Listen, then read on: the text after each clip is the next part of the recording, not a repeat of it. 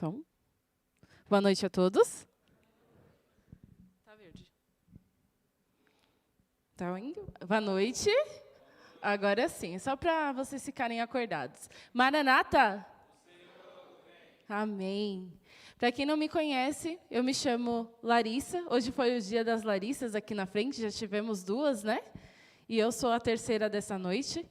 Eu frequento a igreja do Jardim Leonor e também sou coordenadora distrital de jovens aqui de Cotia. E é um prazer estar com vocês nessa noite para poder compartilhar um pouco da palavra de Deus. Ontem, o Lucas falou que o nosso tema da Semana Jovem é Eu Vou. Alguém lembra ontem o que ele disse? Eu vou?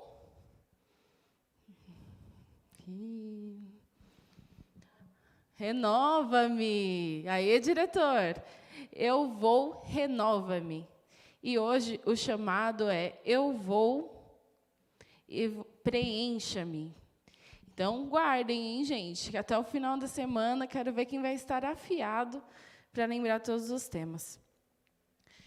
Sempre, todos os dias, nós recebemos algumas notícias. E eu queria relembrar uma de vocês essa noite, que aconteceu exatamente em 2008.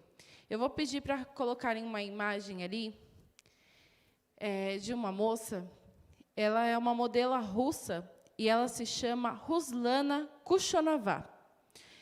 Ela tinha 20 anos quando ela foi encontrada no seu apartamento. Na verdade, ela caiu do 8º andar do seu apartamento e chocou muitas pessoas na época, porque é uma pessoa tão nova e ela estava no auge da sua carreira. Ela era modelo e ela estava brilhando. Ela era uma nova revelação. Só que, infelizmente, veio esse triste fim para Ruslana. Então, começaram as investigações e seus familiares não puderam acreditar o que tinha acontecido. Eles vasculharam durante o apartamento, não via nada de agressão, não tinha mais ninguém com essa moça. E, então, as autoridades constataram que ela tinha tirado a própria vida.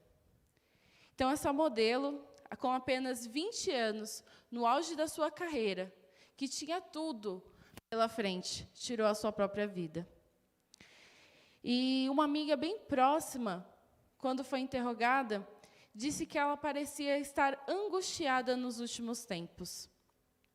E 3 meses antes, em sua rede social, ela escreveu a seguinte frase: estou tão perdida. Será que eu ainda vou me encontrar? E eu fiquei pensando nisso. Não chegou o tempo. Ela não conseguiu se reencontrar. Infelizmente, isso não é uma história somente dela.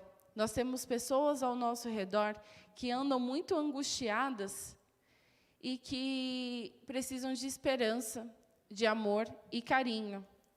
E a Bíblia vem lembrando nós de uma mulher que também estava angustiada, mas, diferente dela, ela teve um grande encontro, e esse encontro mudou a sua vida.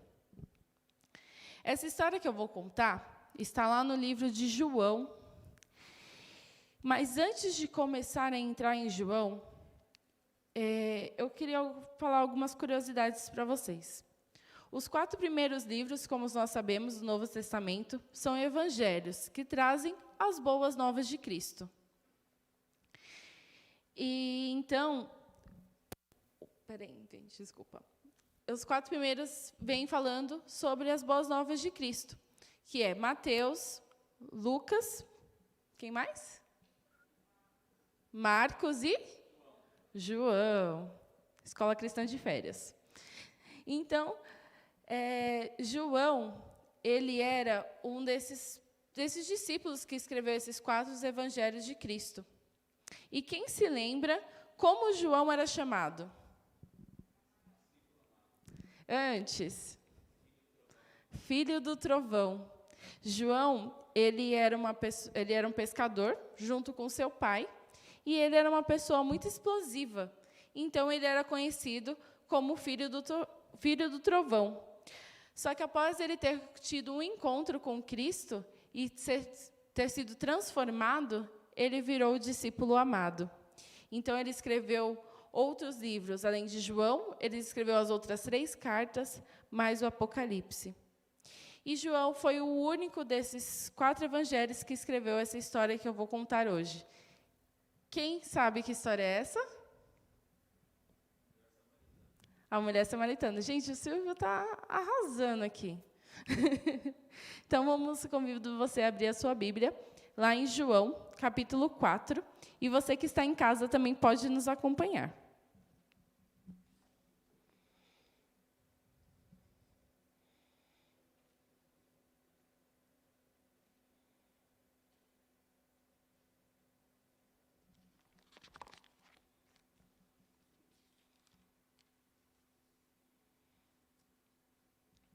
Amém ou misericórdia?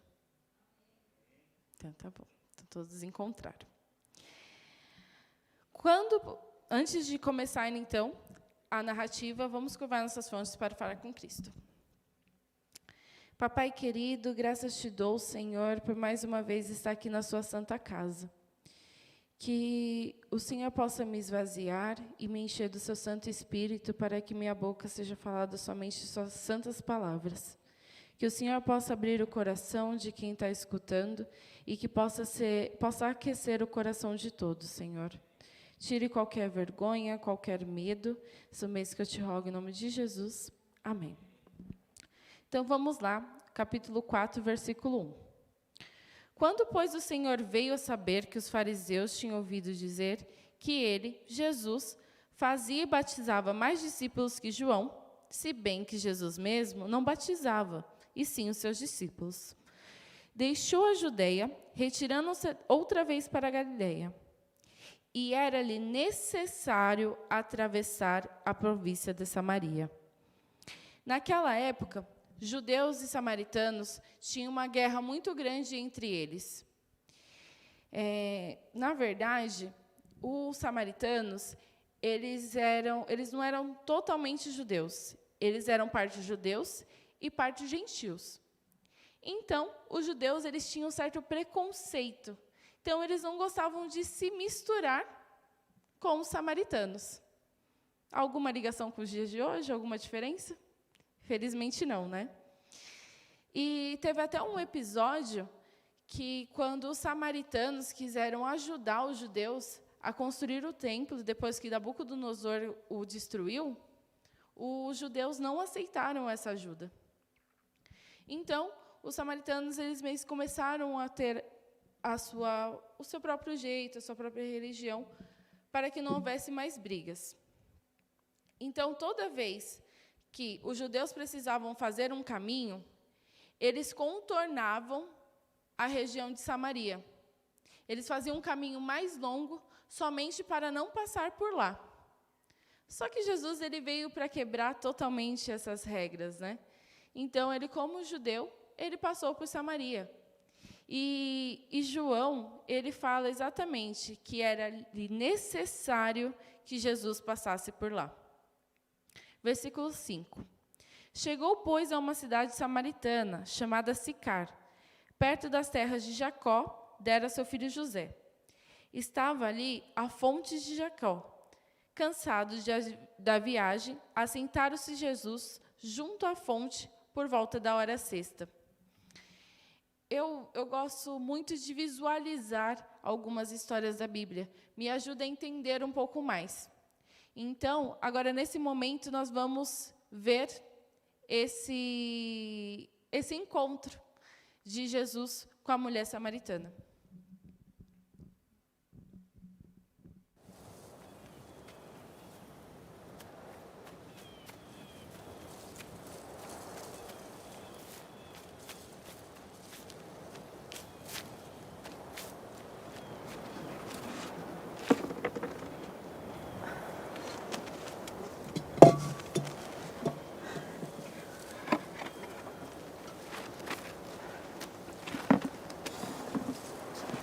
Dá-me de beber.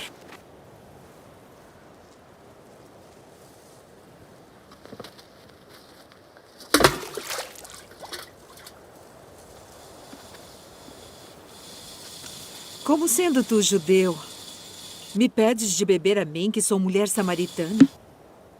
porque os judeus não se comunicam com os samaritanos. Se tu conheceras o dom de Deus, e quem é o que te diz, dá-me de beber, tu lhe pedirias e ele te daria água viva.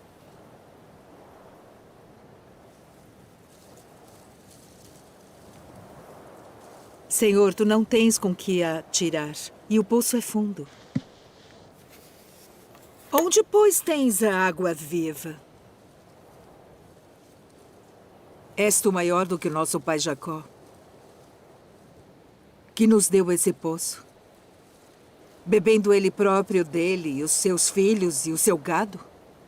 Qualquer que beber desta água tornará a ter sede. Mas aquele que beber da água que eu lhe der, nunca terá sede. Porque a água que eu lhe der se fará nele uma fonte de água que salte para a vida eterna.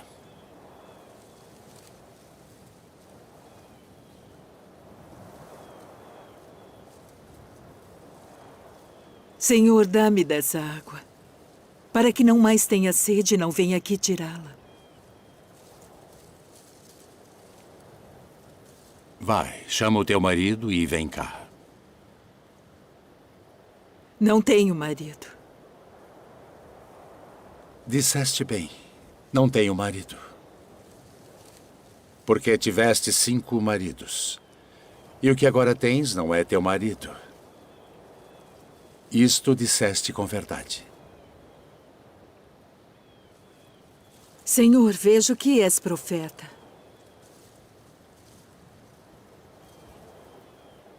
Nossos pais adoraram neste monte. E vós dizeis que é em Jerusalém o lugar onde se deve adorar. Mulher, crê-me, que a hora vem em que nem neste monte, nem em Jerusalém adorareis o Pai. Vós adorais o que não sabeis. Nós adoramos o que sabemos porque a salvação vem dos judeus. Mas a hora vem, e agora é, em que os verdadeiros adoradores adorarão o Pai em espírito e em verdade. Porque o Pai procura tais que assim o adorem. Deus é espírito. E importa que os que o adorem em espírito e em verdade.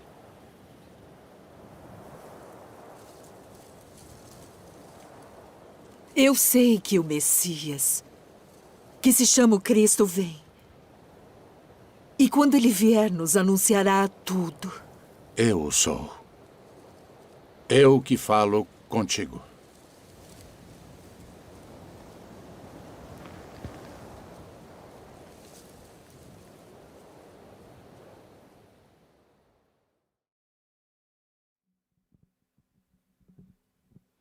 Agora nós vamos discutir um pouco sobre essa linda história, esse lindo encontro dessa mulher que estava angustiada, mas ela encontrou Jesus naquele momento. A primeira curiosidade dessa história está lá no versículo 6, quando Jesus diz que ele, por volta da hora sexta. Essa hora sexta é mais ou menos meio-dia. Meio-dia é o horário que o sol está mais quente, é o horário que o sol está bem alto, e por isso é muito quente. Então, pessoas que normalmente vão buscar água em poço, elas não vão nesse horário. Elas vão ou no começo da manhã, ou no final do dia, por conta do sol. Mas aquela mulher, ela tinha vergonha do que ela era, e ela não queria encontrar outras pessoas. Por isso, então, ela ia no horário do meio-dia, para que ninguém visse ela e ninguém soubesse que ela estava indo ali. E foi naquele momento que Cristo a encontrou. E no decorrer da história, a gente descobre porque ela tinha vergonha. Ela tinha um marido que não era dela. Então, ela era mal vista pelas outras pessoas na região. Então, Jesus, como um grande amigo, começa ali a puxar um papo, como quem não quer nada. Como você começa a conhecer uma pessoa, né? Você sempre fala assim, oi, e aí, como está o tempo? Ou a gente já logo oferece comida, já compartilha o pão. E Cristo pediu da água. Então, ela estranhou naquele momento, que ela fala assim, mas como vocês, judeus, me pede água? E então, eles vão conversando com o tempo. E aí, lá no verso 10, ele fala, se conheceres o dom de Deus, e quem é o que te pede, dar-me de beber, tu lhe pedirás, ele daria a água da vida. Aqui, nesse momento, Cristo não fala mais da água do poço. Naquele tempo, a água era igual ao dom de Deus. Então, ele começa a falar da água espiritual, a água que ele é. Então, naquele primeiro momento, a mulher viu Jesus como forasteiro, como alguém que veio pedir água. Então, guardem aí. Primeiro, ela viu ele como um forasteiro. E se a gente analisar, primeiro, a Bíblia fala que Jesus juntou a fonte, lá no versículo 6. Quando foi no versículo 11, a mulher fala, o poço é fundo. Vocês veem a diferença de palavras que João ele quis usar de propósito? Porque fonte significava a religião de Cristo. Algo que brotava naturalmente. Era algo natural para Cristo. Já o poço mostrava a religião dessa mulher samaritana. Algo forte, algo feito pelo homem, algo pecado. Então, por isso que João, até na Bíblia, a Bíblia original, ele utiliza duas palavras diferentes para que a gente pudesse ter essa visão. Então, ela foi conversando cada vez mais com Jesus. E aí ela pergunta, nossa, mas você é maior que Jacó, que construiu tudo isso? Ela vê em Cristo, naquele momento, um grande líder. Mas ainda não era isso que Jesus queria que ela visse nele.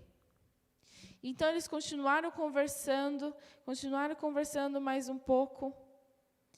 E aí ela pede da água. Falou assim, então, Senhor, me dá dessa água, eu estou interessado, já que você está vendendo tanto peixe, eu quero tomar dessa água.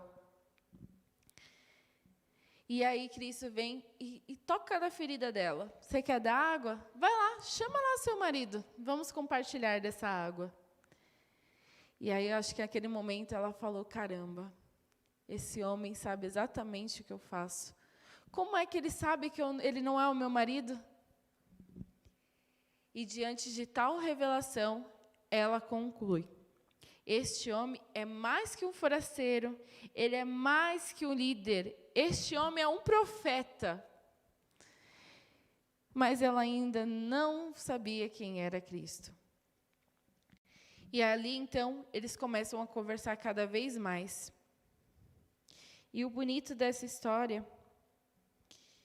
é que Jesus, o versículo quando Cristo fala que os verdadeiros adoradores, no versículo 23, mas vem a hora e já chegou, em que os verdadeiros adoradores adorarão o Pai em espírito e em verdade, porque são estes que o Pai procura para ser seus adoradores. Cristo já queria mostrar para aquela mulher que não existia judeus, samaritanos, adventistas ou outras dominações. Ele procurava os seus adoradores, e aqueles que adoraram eles, herdariam o reino dos céus. Era isso que ele estava querendo mostrar para ela. Então, chega o momento dele dar a maior revelação. Ela diz lá no versículo 25, eu sei, respondeu a mulher, que há de vir o Messias, chamado Cristo. Quando ele vier, nos anunciará todas as coisas. Então disse-lhe Jesus, eu sou o que falo contigo. Esse ponto, chegaram os seus discípulos e se admiraram de quem estivesse falando com uma mulher. Todavia, nenhum lhe disse, quem perguntas, ou por que falas com ela? Quanto à mulher, deixou o seu cântaro e foi à cidade, e disse àquele homem, vindes comigo e vede o homem que me disse tudo quando tenho feito. Será este, porventura, o Cristo? Saíram, pois, da cidade e vieram ter com ele. Olha que coisa mais linda. Ela já tinha percebido que Cristo não era um forasteiro, ele não era um líder, ele não era um profeta. Ele era, sim, o Messias em que ela aguardava. Independente de quem ela era, ela aguardava o Messias. Então, o Messias, ali naquele momento, se demonstrou para aquela mulher totalmente angustiada e deu esperança para ela de que ele estava ali presente, de que ele veio para a terra por nós e que ele era a salvação dela. E sabe o que ela fez? Ela correu para compartilhar aquilo que ela tinha. Ela se encheu da água da vida. E aquela água já estava transbordando e ela não conseguia ficar só com ela, então ela precisava compartilhar com outras pessoas. Ela amava, ela era apaixonada por Cristo. Foi aquilo que aconteceu naquele momento com ela. Então, eu queria destacar algumas coisas com vocês dessa linda mensagem. Primeiro, é que nós devemos reconhecer quem Jesus é. Ele é o teu libertador. Ele é o teu príncipe, ele é o teu amigo, ele é o teu pai. Ele é aquele que te dá a água, é o que te dá o pão. A mulher samaritana, ela teve um encontro pessoal com Jesus Cristo. E graças a esse encontro, a sua vida mudou. Ela teve um encontro que infelizmente, aquela modelo não teve e não pôde encher o coração dela de esperança. Por onde Jesus passa, tenha certeza que algo acontece. Segundo, quando uma pessoa encontra Jesus, ela não pode permanecer em silêncio. Que paixão é essa que você não consegue falar de quem você ama? Eu falo por mim, eu sou completamente apaixonada pela minha sobrinha. Então, se você me dá uma brecha, eu vou te mostrar 500 vídeos dela e vou falar todas as gracinhas que ela faz. Porque eu sou apaixonada por ela, então eu quero que as pessoas vejam o quão graciosa ela é. Ou quando a gente compra alguma coisa, que a gente quer muito. Esses dias eu estava querendo comprar uma air fry. Comprei. Passei a semana inteira contando tudo que eu fiz nela. E é algo supérfluo. Por que eu não posso falar do meu amor maior, que é Cristo que me salvou na cruz? Que é Ele que me deu a água. Nós temos que ser, todo dia, apaixonado por Cristo. Ellen White diz, em Desejado de Todas as Nações, o seguinte: assim que encontrou o Salvador, a samaritana levou outros a Ele. Demonstrou-se mais eficiente missionária que os próprios discípulos. Ela teve um encontro ali de 4 minutos com Cristo, e ela foi mais eficiente que os discípulos que andaram uma trajetória com Ele. Essa mulher representava a operação de uma fé prática em Cristo. Ellen White ainda continua dizendo: todo verdadeiro discípulo nasce no reino de Deus como missionário. Aquele que bebe da água da vida faz-se fonte de vida. O depositário torna-se doador. A graça de Cristo no coração é uma vertente no deserto fluido para refrigério de todos, e tornando que estão quase a perecer ansiosos de beber da água da vida. Você é aquilo que os outros veem. Aí você fala assim para mim: eu tenho dificuldade para falar. Eu estou aqui nervosa, mas eu confesso a vocês que eu acho muito mais fácil falar de Cristo para adventista. Sabe por quê? Porque eles dividem a mesma fé que eu. Vocês estão entendendo o que eu estou falando? Mas se falar para uma outra pessoa que não sabe do meu amor, é difícil para mim. Só que não por isso eu não vou falar de Cristo. Porque existem outras maneiras. Nós devemos falar do amor de Cristo com nossas ações. Com um café da manhã com alguém, com um abraço acolhedor, com uma palavra de você consegue, eu acredito em você. Você é um embaixador de Cristo. Eu amo essa citação na Bíblia, porque quando ele diz que nós somos embaixadores, quer dizer que nós representamos algo grandioso, e nós representamos o lar celestial. Nós representamos a nova Canaã. Então, nós não podemos agir diferente disso. Ontem nós fomos com os Calebes para entregar comida para os moradores de rua. Nós estávamos com a camiseta do Caleb, mas quem está na rua não sabe o que é, concordam? Mas todo momento chegava as meninas estão aqui que não me deixam mentir. Deus abençoe, irmão. Como eles sabiam que nós éramos irmãos? Teve uma moça que parou e começou a cantar um hino para a gente e começou a orar. Nós não precisamos dizer uma palavra, não precisamos dizer qual igreja nós éramos. As pessoas reconheceram que nós éramos representantes de Cristo por nossas ações. E é isso que Cristo pede para você fazer hoje. Eu vou, preencha-me. Senhor, eu preciso ser luz aonde eu sou. E olha que interessante. Para finalizar aqui, conta-se uma história de um rapaz que se chama João Napone. Ele era um pescador. E durante um dia de trabalho, ele pegou o seu barco e foi pescar. Ele pescava salmão na época. E quando ele estava voltando já, a 1 quilômetro para encostar, ele viu várias cabeças boiando de pessoas que estavam lutando pela vida. E mais à frente, ele conseguiu ver o barco que estava caindo, que tinha afundado. Essa é a palavra correta. Então, seus olhos encheram de lágrima, e ele era o único que estava ali com o seu barco pequeno, cheio de peixe. Sabe o que ele fez? Ele pensou consigo mesmo: eu preciso salvar o máximo de pessoas que eu conseguir. Ele pegou todo o seu peixe que ele tinha passado a manhã toda e jogou de volta ao mar. Calculava-se cerca de $3.000 aqueles peixes que ele tinha. Então, ele resgatou 54 pessoas dentro do seu barco.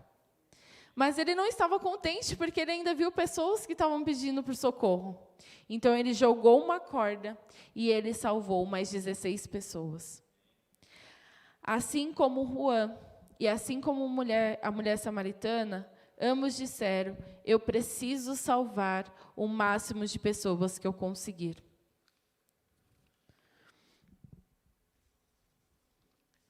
Hoje, meu convite é esse: que você salve o máximo de pessoas que você conseguir.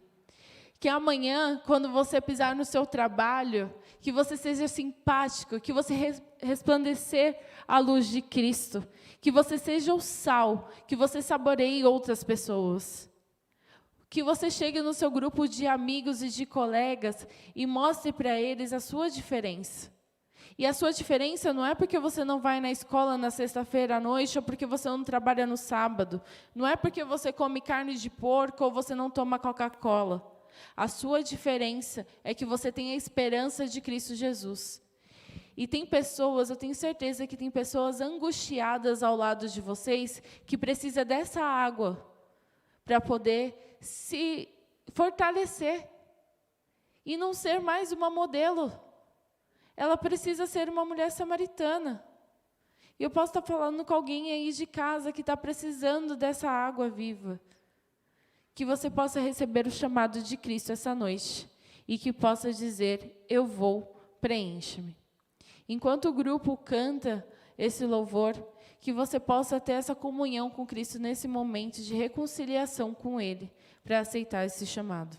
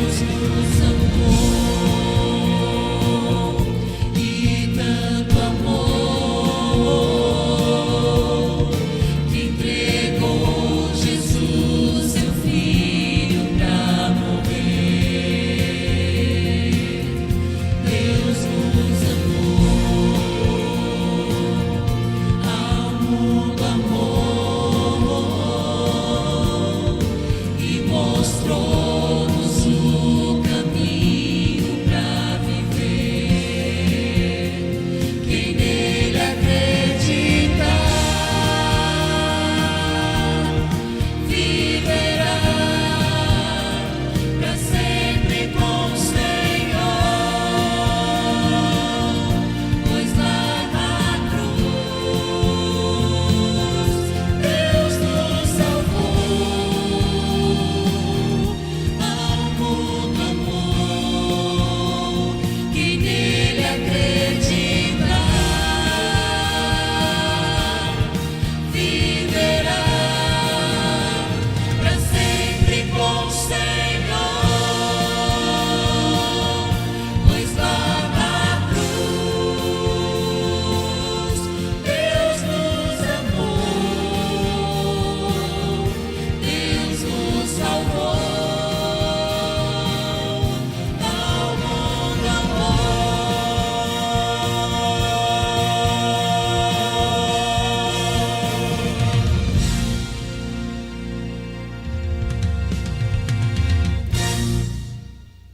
Amém. Oremos. Papai querido, obrigado por esse amor. Obrigado porque o Senhor tanto nos amou, que o Senhor morreu na cruz do Calvário. Obrigado, Senhor, por termos a oportunidade de Te encontrar todos os dias. Obrigado por essa chance e obrigado pela Tua graça ter me alcançado. Pai, que o Senhor esteja conosco, que nós possamos ser exemplos de Ti, que nós possamos espalhar o Teu amor e proclamar o Teu Evangelho e assim apressar a Tua volta. Que as coisas que a gente escuta, que a gente possa espalhar e não guardar só para nós. Pai, seja conosco, nos proteja desse mundo, desse vírus, proteja a nossa família, proteja todos os nossos amigos, nos ajude a ser esperança e levar a Tua esperança, Senhor. Que nós possamos levar a mensagem do Advento e que o Senhor possa nos aquecer nosso coração, aquecer o coração de quem está em casa e aquecer aquele coração de quem está precisando, que está angustiado. Nos use, Senhor. Me use, Senhor, para levar a Tua mensagem a essas pessoas. Nos dê, por favor, uma semana de paz, de cuidado e de proteção. São esses que eu te rogo e te agradeço. Em nome de Jesus. Amém.